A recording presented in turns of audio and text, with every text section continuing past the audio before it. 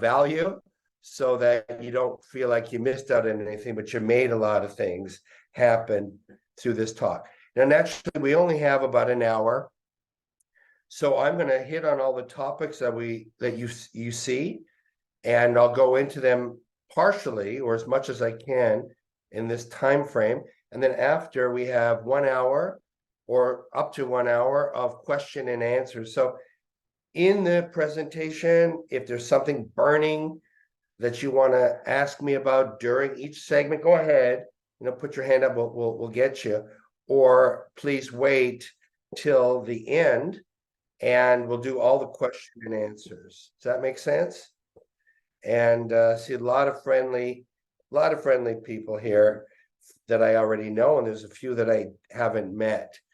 So here we go. Let's start up. All right. So the topic for today, 10 steps to mastery. I'll tell you a little bit about why I'm talking about this. So many years ago, when I was only 20 years old, I bought the name Gold's Gym, and I brought it to Canada. You all heard about Gold's Gym. We all know about it today. Well, when I was in my early 20s, I saw the opportunity of, every entrepreneur on this call knows, we're always sniffing for opportunity. It never ends, guys. I'm in a lot older than 20s now, and it never stops. And I'm sure everybody on this Zoom is thinking the same thing. So I smelt an opportunity. It's a funny story, so I'll go into it for a minute. There was one Gold's Gym. It was where Arnold Schwarzenegger and Lou Ferrigno, all the Jurassic Park monsters were there. And women were not working out with men worldwide. Men and women didn't work out. And I was standing at the front desk, and this attractive woman comes in and asks me if I could train her in the gym. And I said, this gym? You're not intimidated by these monsters? I mean, the women there were scarier than the men. They were tough women. And she said, no, I think it'll be kind of culty. That's all she said. And I said, would your friends come in? She says, yeah, I think my friends would think it's cool too. My entrepreneur light bulb went off. And I immediately went to the owner of Gold's Gym, and I said, I want to buy it for Canada, the name, which I did. I started right away. Okay, I only bought it for $2,500 and opened up my first club in Toronto when I was, in my early 20s. In my first year, I sold $500,000 of the Gold's Gym t-shirts and tank tops and sweatshirts, all on $2,500. So as an entrepreneur, that's what we're always looking for, these great opportunities. One of the things I'm really okay at is smelling out opportunities and holes. Holes meaning it should be there, but it's not there yet. Fast forward to Asia. I'm going to Asia. It's still owned by Britain. Hong Kong's still owned by British. So it's 1995. And I go through Hong Kong, go through all the countries, and there's no fitness centers. There's no fitness centers in Asia in 1995. Again, boom, our entrepreneur hat's on fire. I smell it. There's a hole here. Boom. I had to for the lease, get this. So again, 1995, the lease at my first club was $250,000 US a month in 1995. So it's probably about closer to $500,000 today. And I had to put down 6-month deposit because they didn't know me.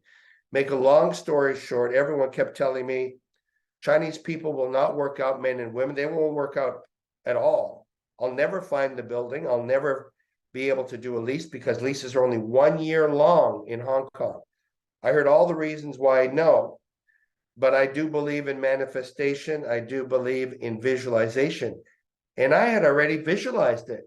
So I'm thinking it's going to happen no matter what. And we opened up our first club in Hong Kong. It cost $4.5 million US, $1.5 million for rent deposit. So we're into it for $6 million when everyone's telling us it's not going to work. We pre-sold 3,600 members, $4 million. And 60 days from opening, we had all of our money back. And which is crazy, yeah.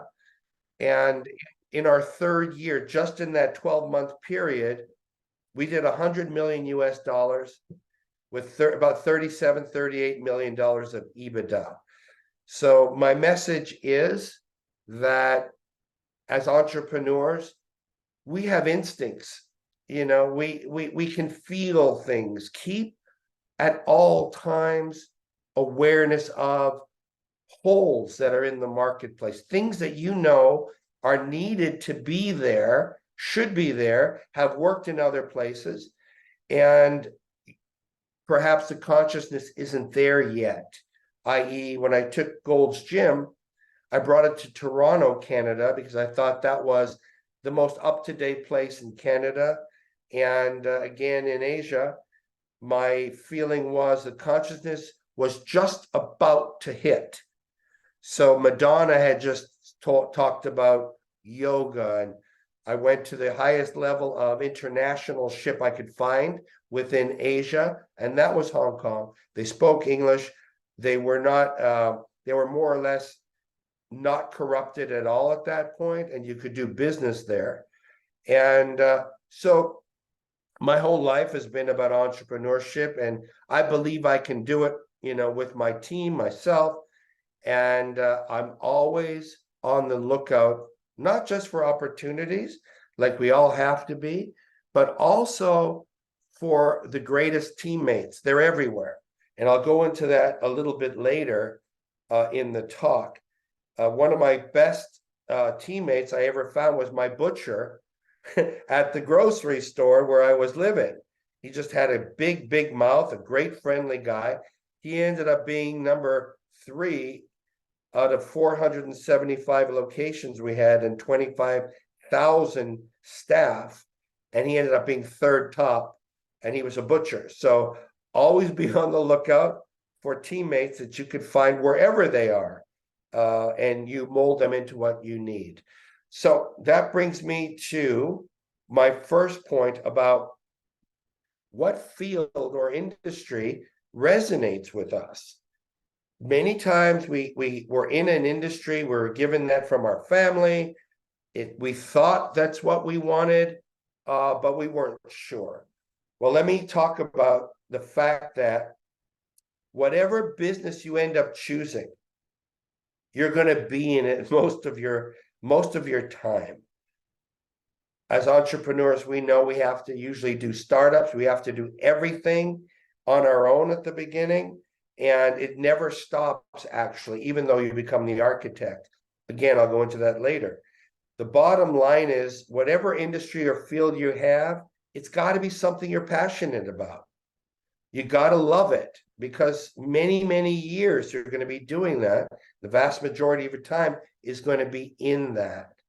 And when you do choose a path that is your passion, time flies, doors open, you're in the center, and the energy that you have for it continue to multiply. Most people that I meet are not in an industry that they feel passionate about. And that's a sad thing. And you may be in an industry at the moment that you could be making some money given to you by your family or a situation, but you're not passionate about it. Well, if that's the case, you want to have your team take it over if it's profitable. You can be the architect of that and do a startup that you are passionate about, because most of our life is in that. So think about that, about if you're going to start, what industry resonates with me, and should I transition from where I am to the industry that I want to love. Okay, does that make sense? All right. And if we have any questions right after this, we're going to go into that. Okay. All right. So the next topic I want to talk about is a very important one, called how much money does it take for us to make it happen? Well, myself included, I have been undercapitalized almost every venture I've started. We do our projections based usually upon some sort of optimism, and usually this is what happens. We estimate the amount of capital we need. And that's based upon startup. We know how much it should cost, as well as when we project our business is going to start to generate revenue and profit for us, right? So here's a formula that I have found to be beneficial when I do something. Whatever I come up with my projections and what I need for capital, I always allocate at least twice as much money as I thought I needed. So if I'm going into a business, I think I need $2 million, $2 million. I'm going to need four, at least four, maybe more than that. All right. The other main thing is we estimate when we're going to start generating revenue. Again, what you want to do for your own business is double the length of time you think it's going to take for you to start your revenue stream. It happens all the time. If you can do that and it still looks good on paper, jump, right? If you've done all your due diligence on your business, you know, you're an expert in, or you're hiring experts to help you make sure that your projections are realistic. Even if your accountant, your lawyer, the world says that should work, double the amount of cash or triple it that you think you need. All right. That's happened to me on many, many occasions in different industries as well. I was a global consultant for Four Seasons hotels worldwide, and they did the exact same thing. They always doubled the amount of money that they were told that they needed, and the same thing with their projections on when the money's coming in. So if it's good for Four Seasons, it's good for us. All right. Okay. The next topic I want to talk about is partnership. And as you can read, I've had some great partners and some not so great. Each partnership is similar to a marriage, and each state, country, they have different rules on partnerships. And your contract that you make with your partner, and you absolutely have to have a contract, make sure that it's not done by a lawyer that represents both sides. Many times we get into a contract and the lawyer represents the new company. That's fine to have that, but you personally need your own attorney to go through the partnership agreement. Never try to save a few bucks at the beginning of a partnership with the co-attorney. That's not their job to protect you. Their job is to protect the new co. You need an attorney who only cares about your position. All right. So I talk about partnerships as being a marriage. If you're getting into a partnership, sometimes it'll last decades if it goes well. Obviously, you'll cut that short if it doesn't. Your agreement has to have a way out, like a prenup. It's the same thing. You have to have a buy-sell. You have to have a way which is fair for both sides to exit this marriage. One of the most common is a buy-sell. And a buy-sell, for those of you that don't know what it means, in simplified way, your agreement says that I can buy you out for X amount of dollars. You know, I think that's a fair price. And the way to make sure it's a fair price is that your partner can say, no, I'm going to buy you out for the same price that you marked down. It's a way of making sure your offer to your partner is fair market value, because your partner has the red button to say, no, Eric, that offer is too low. I'm going to buy you out for the number that you just offered me. So that's one of the very fair ways of equalizing the exit from your partnership. And all attorneys will know that, make sure that's in your agreement as well. And in partnerships in different countries, every jurisdiction, cities sometimes, states sometimes, countries for sure, have lots of laws around partnership. I'll give you a for instance, and I spent 20 years in Asia. Each country had a totally different way of setting it up. In Korea, in Thailand, you must have a 51% partnership, i.e., your partner must be a citizen of that country. So if your partner has 51%, you're at risk at all times. Even if you have a great operating agreement, even if you have a wonderful lawyer that wrote up everything in your favor, at the end of the day, if stuff hits the fan, that 51% shareholder in Thailand or Korea can tell you to go for a walk. And remembering that you're usually a guest in whatever country you're in, a foreign country, you're not going to win in court. You're just not going to. You're going to lose, regardless of your situation, regardless of how you see things. That's not how it's going to be. So if you're going to go into a situation where you have to be a minority shareholder, you have to know exactly what that means on exit. And many times you have to take a gamble. Is it worth it? In the United States, 51% is the boss. In Canada, for instance, you could stop most progress in a company, even if you have 5 or 10% of the shares. So you have to know where you're going to play ball. You have to understand the lay of the land. Very important. I've had some partners that actually were phenomenal because they added value. They had means to get money from private equity or venture capitalists or private. They complemented my skills. I didn't need somebody who could make money in the fitness industry. That's what I do.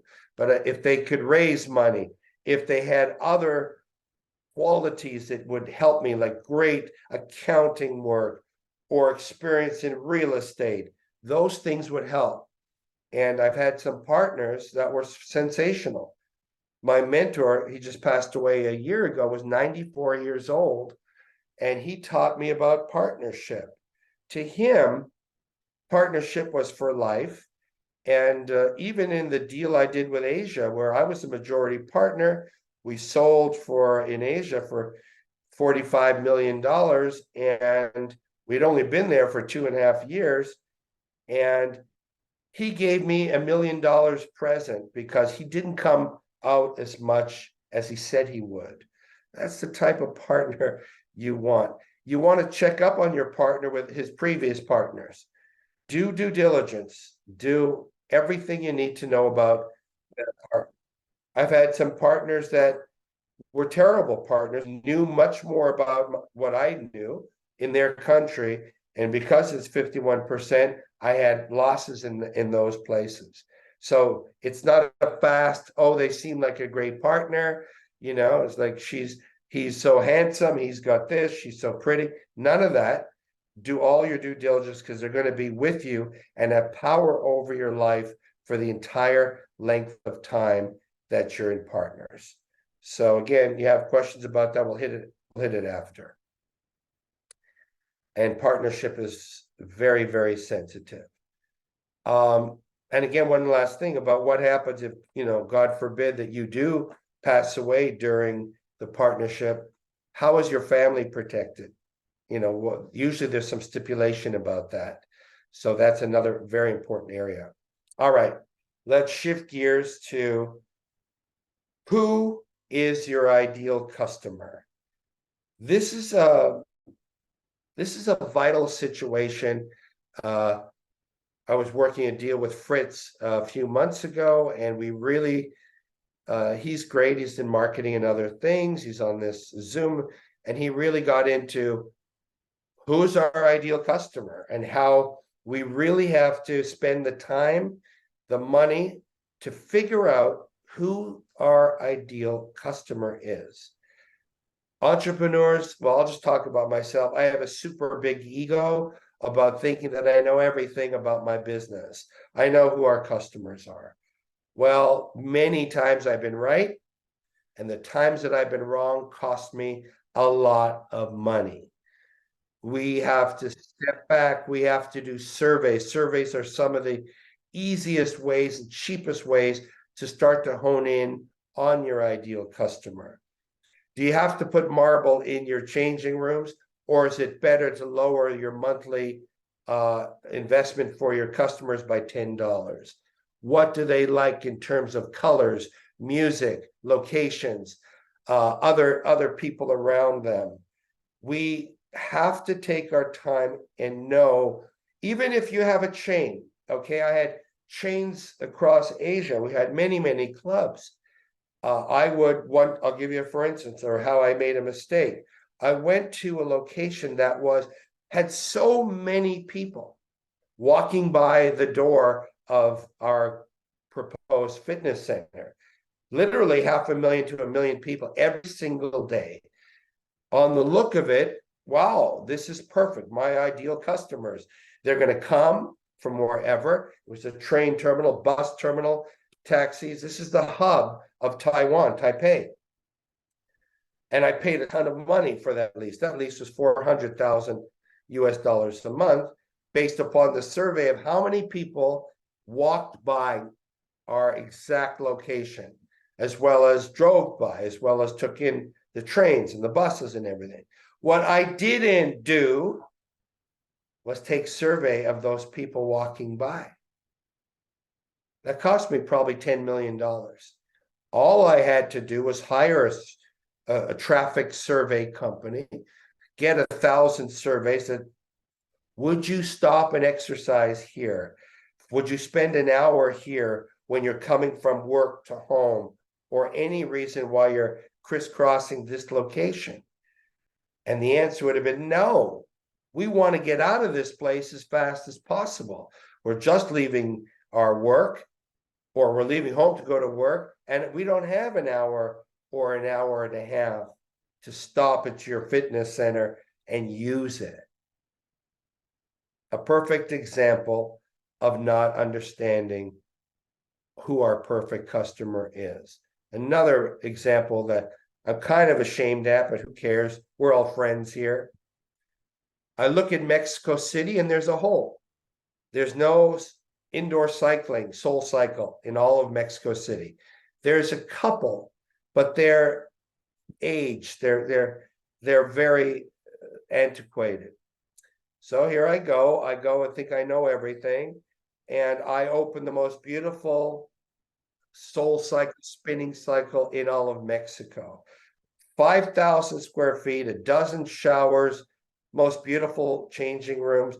Our bikes were $2,000 each. We spent $100,000 on the sound and lights. It was a wonderful show. We had parking, we had air conditioning. Our competition had no air conditioning, no parking. Their bikes were about $100 from 20 years ago. Their lights were regular, industrial style lights, and they kicked our butt. And I said, how is that possible? We had at least as good a location as them and everything else I had mentioned to you. Guess what I didn't do? I didn't do the surveys. I didn't do Fritz style, let's check this out and find out who our ideal customer is. So finally I succumbed and I did a survey. And the answer was so crazy for me that I bet you no one on this Zoom would even come close to the reason why they were going to my competitor. The reason was that their shampoo and conditioner and their moisturizer was much better than mine.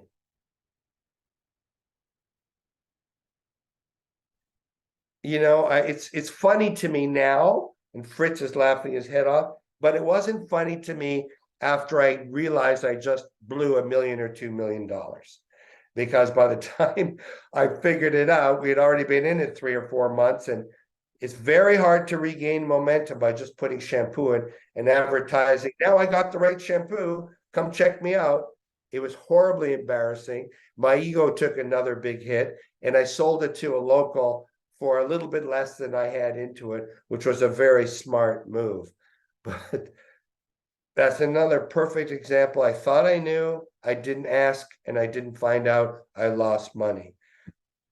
You have to know who your customers are. And I'll take a bet that more than half of the people on the call, we think we know, but we don't know exactly. Wherever you are in your business now, even if it's a huge success, surveys and talking to the group will tell you what you need to know about making it better, sustaining at least the height, or pivoting to facilitate your customers and make them have a better experience than they already have. And surveys are very cheap compared to what it could cost you by going to the wrong customer, correct? So that's something that is vital to know.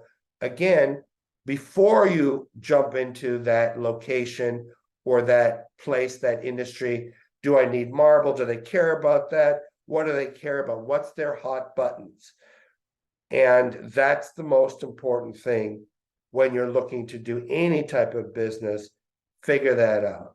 All right. And I'm sure there's some questions on that, but that's mandatory. And even again, if you're doing fabulous, how fabulous are we doing? What could we be doing better? And every time we ask our customers, they'll tell us exactly, and we'll save money. Another thing that I do after I find out what our ideal customers are, and in a business like a service business, where we have, one time we had 4 million members, we're not going to be great for everybody. Yeah. I would have, besides our board of directors, I would take and have those ideal customers actually form a board of members that would handle all the complaints. I usually choose the people that complain the most to be on the board, and the architect didn't have to handle the complaints. That's another tip if you're in that business. So we'll go to the next one.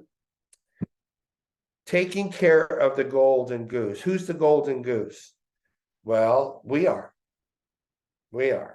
And in Bellwether, we talk about the architect. Who's the architect?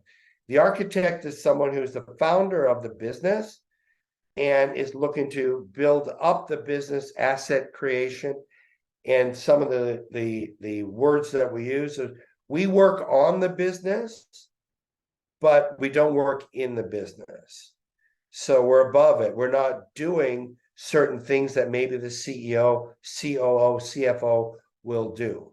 And I'm going to talk a little bit about that a little bit later, the next slide.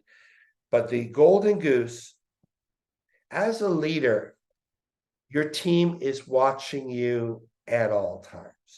They notice if you're in a great mood, your passion's high, your energy's high, your hope is high, right? Everything you told them at the beginning when they first came to your group, you're right on it. You're in shape.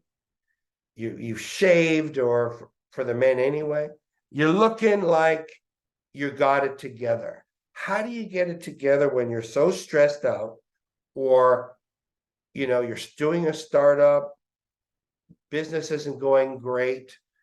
Well, what can you control first? You control the golden goose. So the best way to do it, and this has changed throughout the years, I used to tell people, you got to get up at 7 o'clock in the morning and do your 90 minutes of making you shiny, whatever that is. And at the time, I was obviously promoting exercise and getting, doing that, reading a little bit about enhancing your business. Then about 10 years ago, 15 years ago, the Golden Goose people woke up at 6 o'clock in the morning. Now they had 2 hours to shine themselves up. Now it's 5 o'clock in the morning. The current code, if you're a top CEO in any field, is getting up at 5 o'clock in the morning. And what do you do to shine yourself up? For me and for many people, it's at least an hour of exercise. That includes cardio, getting your energy up, taking care of your heart. It usually involves some sort of yoga, huge, right across the world in every country. It's in every single corner, and that's another discussion. And meditation, anything to be able to focus your power so that you can zap whatever you need to do. We're not scattered, we're getting quiet, we're getting our power in our center to be used throughout the day. So exercise to get your energy up, yoga to make your body feel like you can do anything you want, meditation or prayer, whatever it is that you enjoy, so that you can focus, so that you can be the most powerful person you can be. Read any motivation that turns you on from anywhere. Read a little bit about your industry and what other people are doing in your industry, and make sure that you understand throughout the day your nutrition needs. Should I take a bag with me if I can't have proper nutrition where I'm working, which could have 3 or 4 meals in it? So when you get to your first place, your office or whatever, you're covered throughout the day. Your nutrition program, your vitamins, the food you take. Take care of yourself completely. My mentor, I used to go to his house, and no matter what, at the time we had 70 locations in California, and usually he had a manicurist there, he had a masseuse there, he was doing his hair, all in his house. And our first thought is, this guy's eccentric. He loves to have this stuff going on. He's very selfish. And he looked at me and says, I'm reading your mind, Eric. You think I'm eccentric? And you think this is all selfish. This is how he used to talk to me.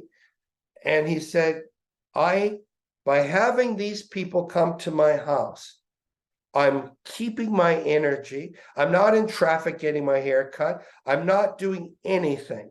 I'm keeping my power, even though I have to do these things, so that I am the best that I can be. And he said, you think it's selfish? I call it selfless. I'm getting the leader of the company at the best that he can function.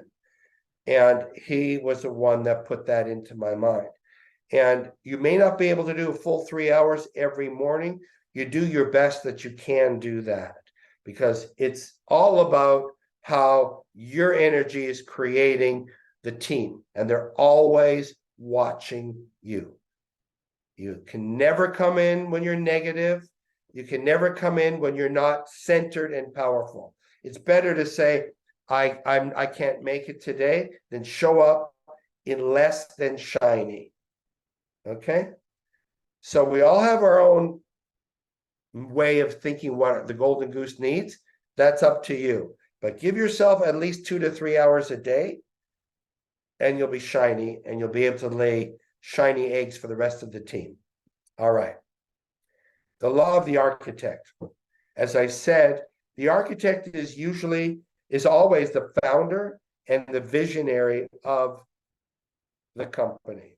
They don't work in the company doing the things that your C-suites or in a startup, even lower than that position.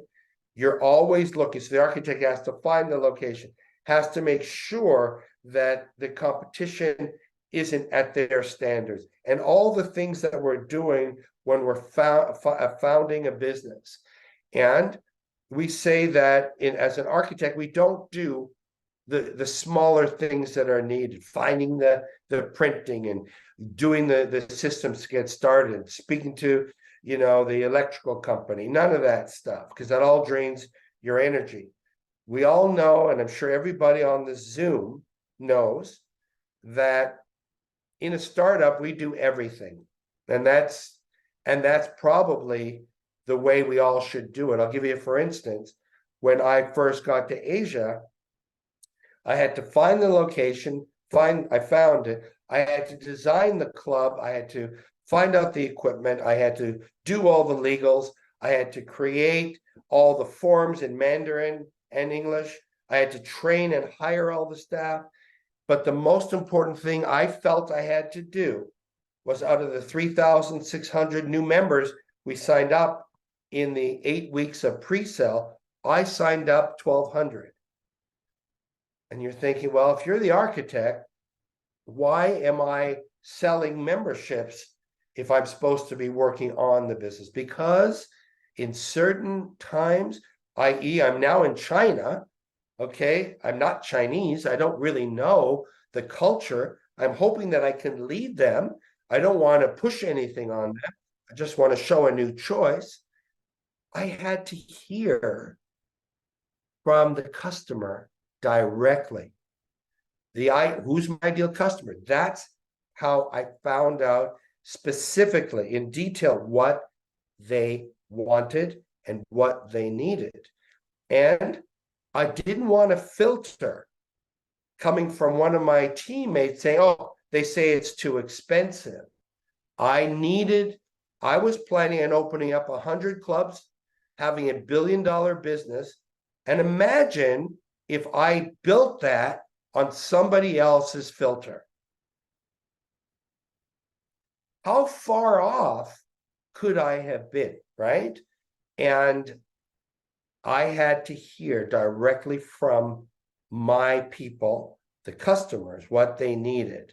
So I did everything in the startup, and I was still the architect, knowing that I'm in phase 1 of what the architect has to do.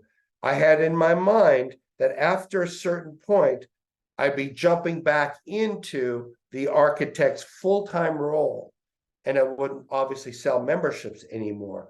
But that's the time you move off of working on and working in for a specific period of time to get that information directly for yourself, because you're the most qualified person. You need to hear it that way. I hope that makes sense to everybody.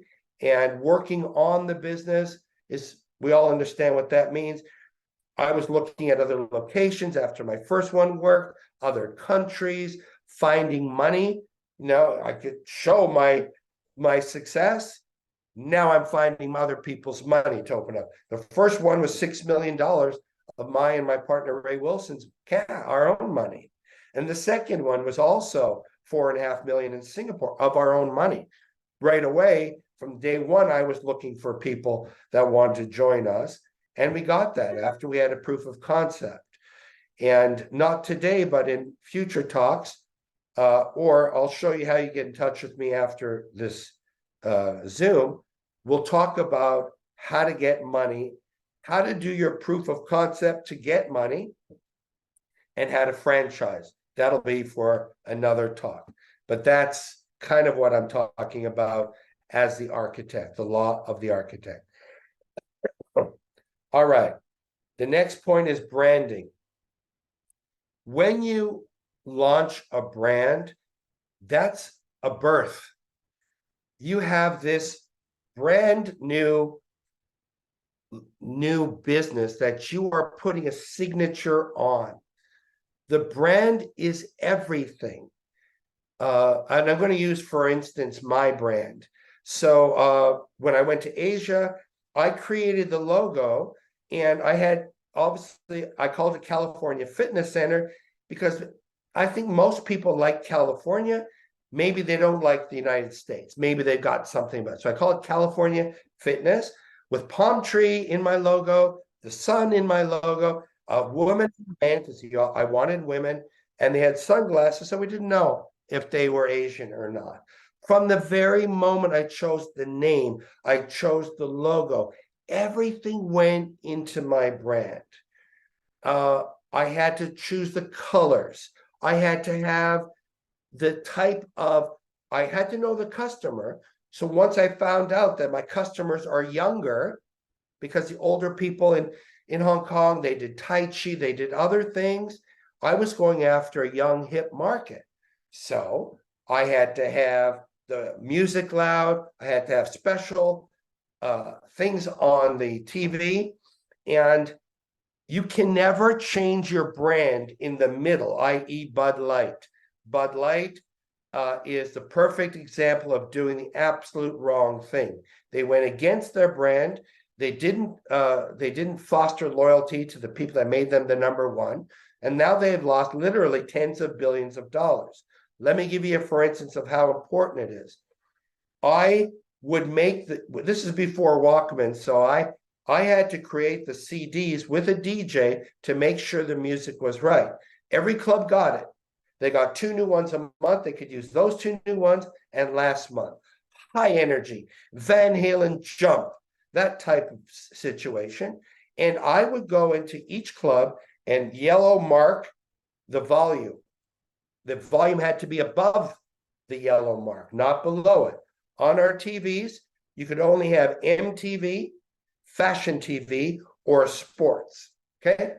So I am looking at a club in Singapore that's starting to lose their power.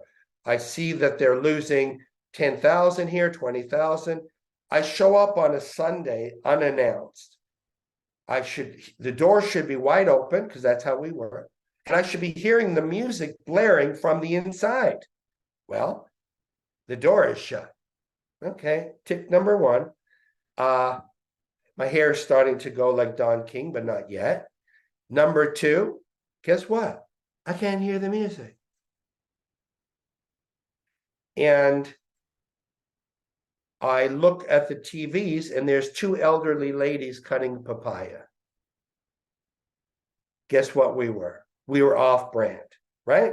So being off-brand would give the customers a non-ideal situation. I went to the front desk, I called everybody in, and like a maniac, like Ric Flair or Hulk Hogan, I started grabbing at the stereo like a maniac. I ripped it out, literally, and I threw it onto the main street of Singapore, Orchard Road, like a maniac. I called the team meeting. I had to, unfortunately, fire the country manager. And after firing the country manager, I stayed there for a month. The month that I stayed there, putting it back on brand versus the previous month was $300,000 difference, being on brand or off brand. Okay, so I'm running a little bit late. I'm going to go through some of the other points we talked about.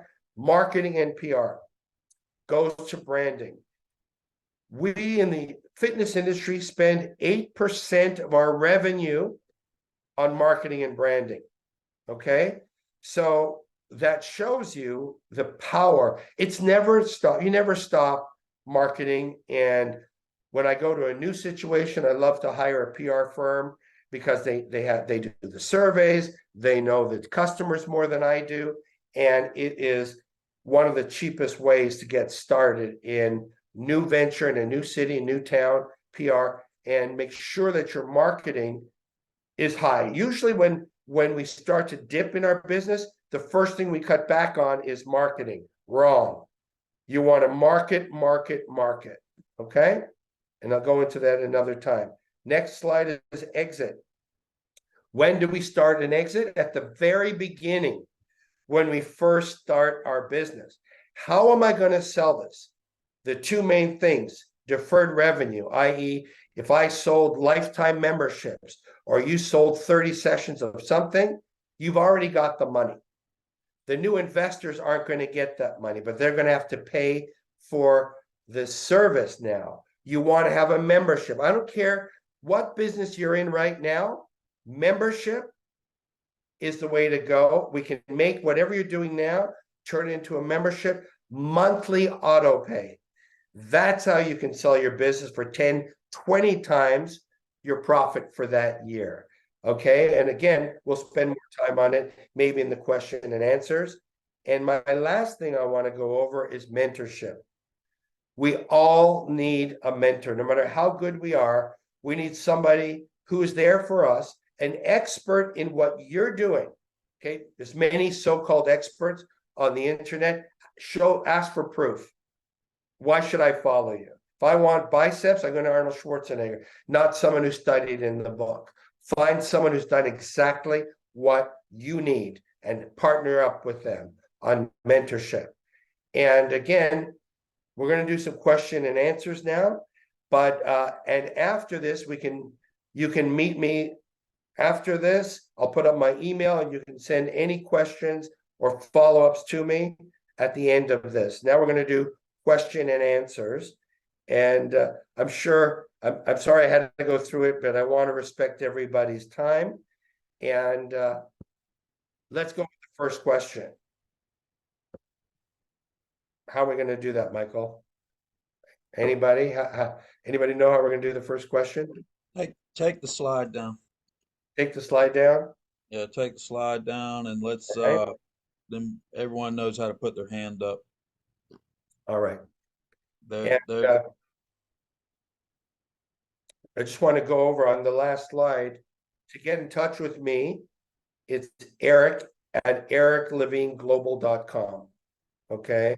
So if you couldn't get to me now, or you want a further deep dive, obviously we only had an hour. Each one of these is an hour or two. This is how you get in touch with me. All right. And I'm sure a lot of you want to talk more. I welcome everyone to come and greet me, and we'll go over into your specific needs. All right. So let's go after the very first question.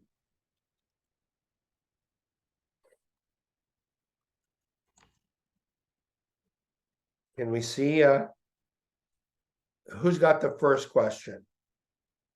Hey, Eric, I think we have a question that was sent to me earlier. Okay. Let me get that for you real quick here. It's from, okay. In the area of partners, do you have any thoughts about clawbacks? Meaning, if the partner does not perform, they forfeit ownership. I used the 5-year clawback successfully because we never know what a partner is going to actually do or not do. Well, that's, clawbacks are usually in when you're selling your business. For instance, if you're not going to replace me, my salary will go back into the formula. Certain things that we're doing as I'm running the business, you don't need because you already have that. That's usually an add back or a clawback. In your partnership agreement, you have to state that up front. And something that important should have its own initial. So in your agreement, you both sign that piece. Usually when we're giving out, and I wanted to talk about this maybe at another time, or you email me, is that when, a lot of people give out equity in their company very quickly. And equity is the mother lode. There's other ways of rewarding people, usually on a piece of rev share or a bonus, weekly, daily, monthly, whatever. But you want to really keep equity in your favor because, as I said, in some countries, even 5% equity has enough power to stop your power as the founder or CEO of the majority shareholder. Your operating agreement has to outline everything. That's where the law will be. Okay. And then I see Sue Ryan, you have your hand up.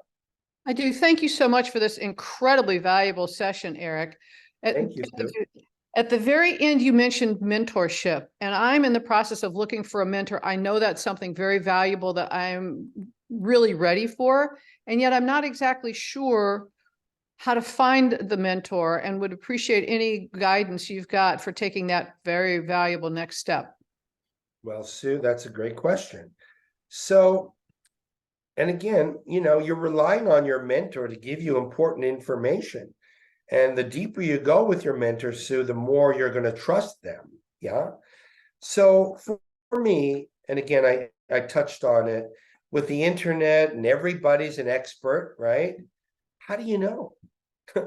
How do you know if they just didn't read a book or, sent away for a certificate and now they're the expert? A mentor, you have to do your own due diligence. They should be an expert in your future. So are you looking for a mentor predominantly in your career, in your business? If so, what have they done? What's their pedigree?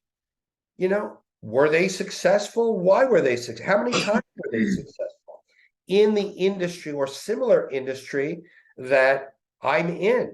And it's okay for them to have failed a couple of times, because that's how, unfortunately, we really learn when we get our butts kicked. So your mentor should have experience in specifically the type of business you're doing, and you need to follow through on their track record. If you do that, you're going to eliminate a lot of the people that are just in it short time or don't have the credentials that you need to be able to listen and trust them. If it's about your relationships, again, it's about relationships. You don't need someone who can make you money in the lighting business. You want someone who has a successful run on helping people in their relationships. And then once you find the proper mentor and you trust them, and you know that 100% of their energy when they're with you is for your good, you have to learn one important thing. What do you think that could be, Sue? What is your responsibility in this, you think? Show up, be present, listen to what they say, and do it. Wonderful. One step even deeper. Who knows? Anybody?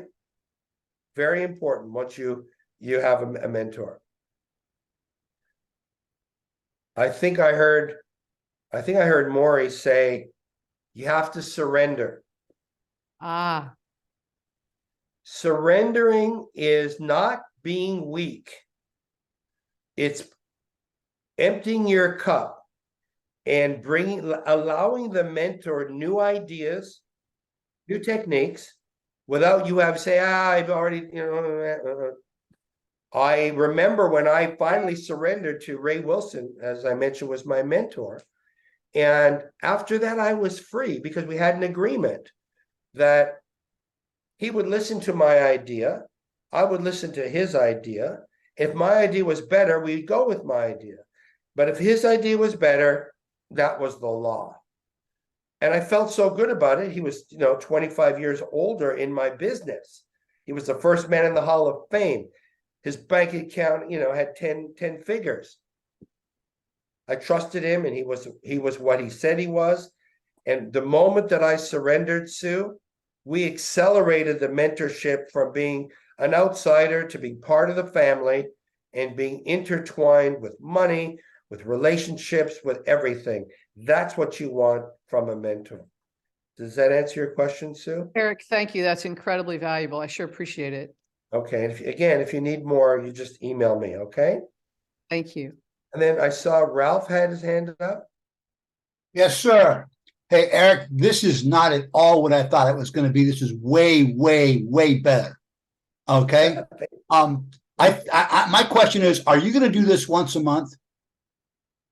I would like to do it often, but the best way is what I'm going to do is the people that email me, we're going to do small group training, one-on-one, bigger group training. So when I get all the emails, I'll formulate it and I'll get to contact you. But I am looking, and Michael's the editor of the magazine. He's more than the editor. He created the whole thing, to be honest with you. He did the whole thing. My goal, Ralph, is to do this as often as possible. And again, email me and I'll set you up on a personal thing, because Michael, his responsibility is outreach and having the magazine hit as many different people. So he's going to have different, people talk to you. but I will be available through email and we'll set something up. But thank you for that, Ralph. This hour, I listed 10 points. Each one of those points is at least 2 or 3 hours, at least, to get it right. Now I'm just touching on to make you excited about what we could do together. Okay, Ralph, and thank you for your support. And then Rachel from Paris, is that right? I see your hand up. Oh, can you hear me? Yeah, now we hear you. Hi, Rachel. Thanks for joining us. Hi, I'm no longer there. I'm actually back stateside. Oh, So- you're fast. You're a globetrotter. Yes, actually, my question had to do, I have two questions. One of them was you're talking about, to be careful, obviously, where you play ball internationally, because, 51% citizen ownership is obviously a disadvantage for the other partner. Are there any specific regions and or countries that you feel have advantages for partnering in and or launching, whether it be franchises or other businesses in at this time, 2023?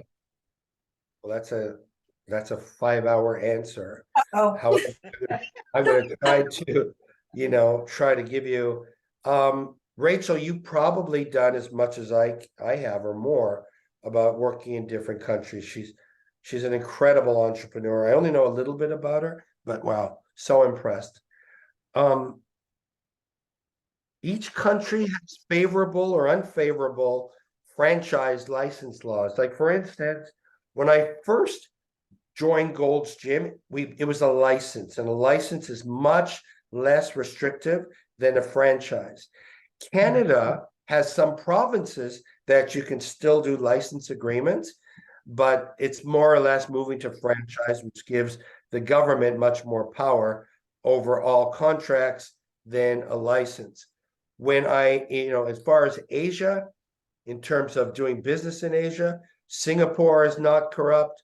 Hong Kong is a little corrupt now. It wasn't when I was there under British rule. Then you go to countries that are 100% corrupt, like Thailand, like India, like Vietnam, like Korea. And that doesn't mean that you can't do business when you find out that information. And I'll tell you how you get around it. There's certain countries that, like Thailand or Korea, if you have a local partner, they have the power to do everything. They have the power to take your clubs away. But in like a country like Vietnam, they have a way of playing the game. So you have to pay the building inspector at the beginning. Then you pay the fire inspector. Then they tell you who you're paying off. But if you pay them off, you get your certificate. You do play. That's the cost of doing business in certain countries. In France, for instance, you're just coming back from France, that the employee law is almost impossible to make money if your business is open like we are 24 hours a day, because their employee laws are very strict. Germany, many of them, if your staff member gets pregnant, I think they get a year or two, and the husband gets a year or two. I heard about that. Yeah, I heard about that in some countries. You're right. Those are things to consider for sure. You have Sorry, to. it's such a tough question. I have a better one that might help the group at large. The subscription model. Yeah. Subscription business, brilliant. And I love you for that, and really being a pioneer in such a challenging industry. So such a great example for anyone who wants to do subscription, which is brilliant to do in almost every industry, like you mentioned. Do you find that online now, with the saturation of ads with all the funnels, and I see Michael like nodding, with all the ads on all the social media apps, do you find that a lot of entrepreneurs are losing more because they're like taking shots in the dark with subscription model? you mentioned also this combos with what you said, with taking surveys. To, as an outsider, it seems like people are not getting to know the customer and they're just kind of taking shots in the dark online with subscription. Do you see that happening more? And do you feel that there's a way to counter that, whether it be through a form of survey, I guess online these days? It's a loaded question, I know, but. Yeah, well, thank you for that, Rachel. It's another 8-hour answer. So I just touched why subscription and membership is so important, okay? And I'll give you a recent reason. So in the fitness industry, we sold personal training, usually 5, 10, 25 sessions, sometimes 100. And we were always banking on, people not showing up and not using all their sessions. Well, if I sell my business and I have 10,000 personal training sessions outstanding, but I got the money for it, the new investor, he's got to service all those people, but he doesn't get paid for it. So that he's going to take that off the sales price.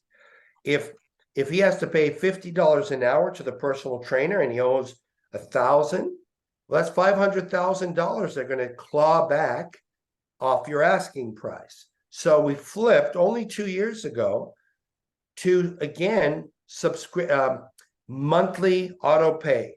You could buy 2 sessions a week, 3 sessions a week, and that's $250 a month. You have to do them all in that month. It doesn't grandfather to day 1 of the new month. Now we're in a position to show that club has $50,000 of recurring personal training. We have 3,000 members paying X. So the new buyer, his whole nut or her whole nut is covered by the subscription. If you can get your company to have monthly auto pay, which covers the entire nut of your business, we're selling in the fitness industry in that mode for 12 to 15 times cash EBITDA, which is really cash flow, versus before when we could only get 6 or 7 times. So that's why, we do it for our exit, which we should know at the very beginning. If you're starting a new business, we got to figure out how we can do it. And many times we think our business isn't cut out for membership or subscription. Well, I'm pretty much an expert in that. And if anybody, again, emails me, I will set up something with your specific business, because each business is different, on how you can turn it into a membership. And going through that with a fitness center right now in New York, they're doing that. And we've already made it so that their monthly nut and their rent is $65,000 on 4,000 square feet. And now everything is covered. So that is the way of the future. Talking about the internet, again, it goes down to, Rachel, whoever you're talking to in the internet, you got to find their pedigree. Like, what have you done, man? What have you done? Show me your success. I don't care really, and I'm not saying this in a bad way, about your degrees, what you've got, unless you've got a degree in my industry by your past wins. Show me what you've done. How did you exit? How much money? Show me how you turned on your team, how you made it, win, win, win, win, win. I'm so suspect. I am such a stickler on coaches that learn from a book and have never got their butt kicked, never were in the position that I don't have the money to pay my staff. I don't have that. Or the country ready to put your entire staff in jail, which happened to me. Show me how you got out of that and turned that into at least a sustainable situation. And that's what, so whoever it is on the internet, regardless of what their website looks like, I'm going to do my research and I'm going to find out what they've done, who they've done it with. I'm going to do my due diligence. And right now, I don't believe almost anything on the internet. It's just an advertising plethora of wannabes, would-bes, should-bes, could-bes. There's Love thousands of great people there, but I want to do the due diligence. Once I do, then we could start talking. I love that because true entrepreneurs, they really do take risks and big risks. And yeah, when you're risking staff being able to bring, food home to their families, it's a different level of risk than some young entrepreneurs that are, shooting it in the dark for $5. So true, Rachel. And we know, and I don't want to mention names, some very powerful people that are consultants that have millions of followers that have never had a staff other than helping them with their internet or their funnel that they're doing now. How could they possibly teach me the skills that entrepreneur needs? Because we do take big risks. We believe in ourselves, but we do need people, like I mentioned as a mentor, we need people that have gone through the fire, right? I don't need people that read it in a book. That's not going to help me. I can read that book too. So I'm very kind of street smart in that department. Will this work in a street fight? No. They're going to get around you and choke you, or they're going to break your knee before you even have time to finish this. I want people that have proven results to be my advisor. In the interest of time, Tanya has her hand up, so. Tanya? Hey, Tanya. Hi, Eric. hear me Thanks now? again for doing this. I just would like for you to share your email address again, please. Okay. It's Eric at ericlevineglobal.com. Thank you. And we talked a lot recently, and hopefully you've done the things we decided on action plan for your business. Well, that's Yeah, this yeah. Tanya. Yes. It's a different Tanya. Two Tanyas on the We got call. lots of Tanyas here. So Eric, yes, always a pleasure to learn from you and to just feel the learning being absorbed in my body for all the great advice you offer. One thing I want to ask, I'm always the champion for the small guy. And my first book that I wrote was designed for the small guy and how to leverage themselves so that they could get where they wanted to go. So my question for you is, often us small guys are looking to bootstrap our businesses, right? We're trying to work, we're trying to do all those things that we know need to be done in the beginning. We're not just being the architect, we're working in our business and not just on it. And then we find that in order to get to this point where we need to grow, we've got to leverage that a little more. And now bootstrapping is not enough. Now we've got to start looking at other people's money. How do you suggest that the little guy prepare himself for that new approach, looking at other people's money? What is the first thing that a solopreneur or a small business needs to do to prepare themselves to ask for other people's money? Great. That's a great question. First of all, we go back to my very first slide. Well, let's say the second slide about having enough capital. It's not a joke starting a business undercapitalized, because you're going to fail, and it's going to be a painful fail. Because as entrepreneur, we always put our heart out first, right? That's who we are. Our businesses end up being who we are. I got Coco Black on here is the #1 designer of fitness centers in the entire world. I really didn't know him. Thank you for joining, Coco. And I didn't know him when, up until a couple of years ago. And he came on the scene through social media and showed what he could do, which his designs were out of this world. They had nothing to do with previous fitness centers.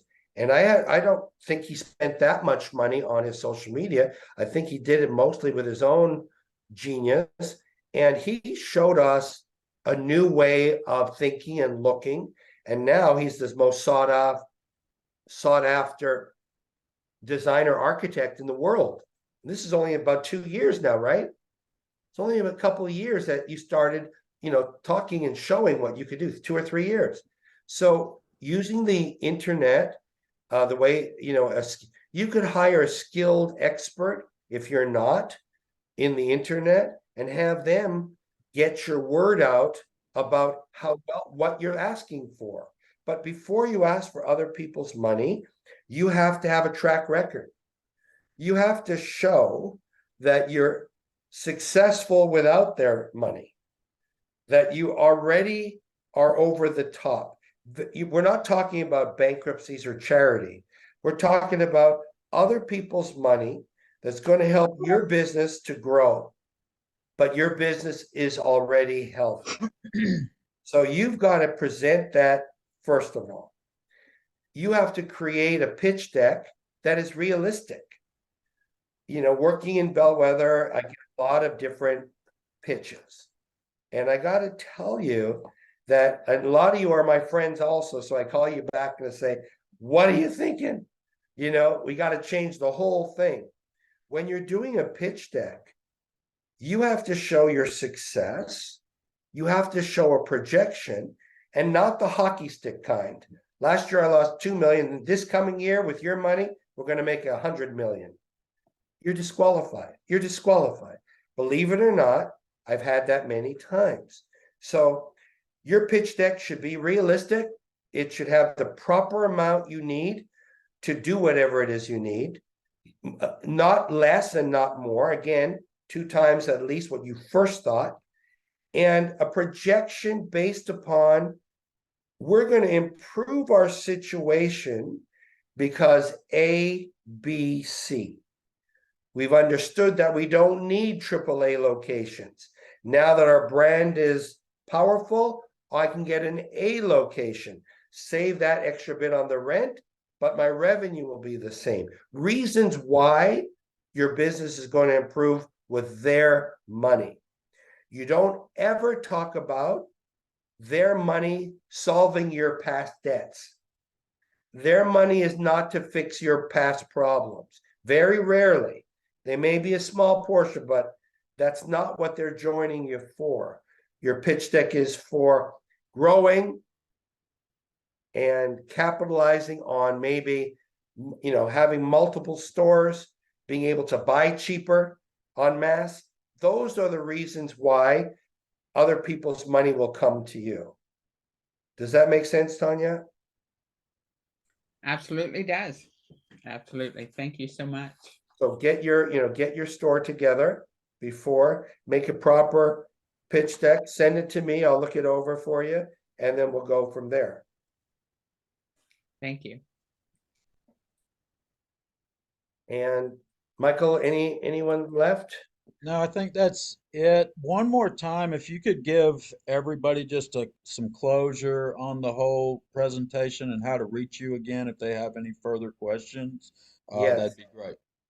And so please put up the thank you slide again. So thank you, Michael, for giving me the opportunity.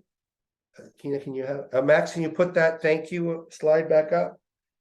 And